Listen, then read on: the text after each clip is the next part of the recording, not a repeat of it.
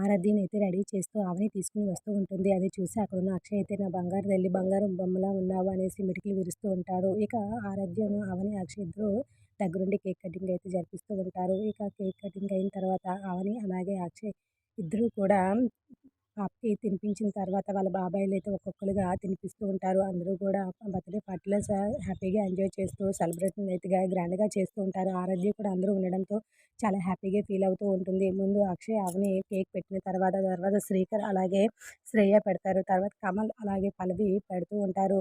ఈ కమల్, పల్లవి తర్వాత అక్కడున్న అందరూ కూడా పెట్టిన తర్వాత చక్రధర్ అయితే వెళ్తూ ఉంటాడు.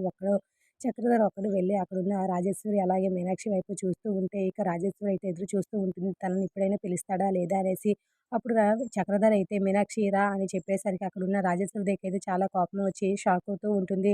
పల్లవికి అయితే షాక్‌తో అలాగే చక్రధర్ వైపు చంపేసేలా చూస్తూ ఉంటుంది. ఇక మీనాక్షి అయితే అందరి ముందుకు చక్రధర్ పక్కన నిల్చుని ఆరాధ్య పక్కకైతే వెళ్తూ ఉంటుంది. ఇద్దరు కూడా తనకి కేక్ తినిపిస్తూ ఉంటే అక్కడున్న పల్లవి అయితే ఆగు అని చెప్పి అరుస్తూ ఉంటుంది.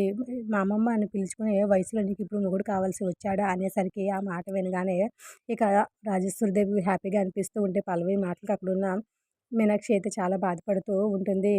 పల్లవి చాలా తక్కువ చేసి మీనాక్షిని మాట్లాడుతూ ఉంటే అక్కడున్న చక్రధర్ అయితే పల్లవి అసలు మీ అమ్మ గురించి నువ్వు అలా మాట్లాడొచ్చా అనేసి గట్టిగా నిలదీస్తూ ఉంటాడు.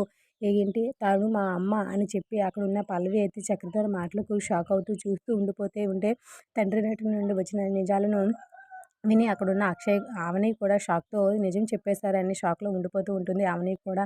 ఇక మరొక పక్క రాజేశ్వరి దేవికి అలాగే మీనాక్షికి అందరూ కూడా షాక్ తగులుతూ ఉంటుంది చక్రధర్ మాటలకైతే. మరి ఇప్పుడు ఏమి చెప్తాడు చక్రధర్? వచ్చే ఎపిసోడ్ మిస్ కాకండి.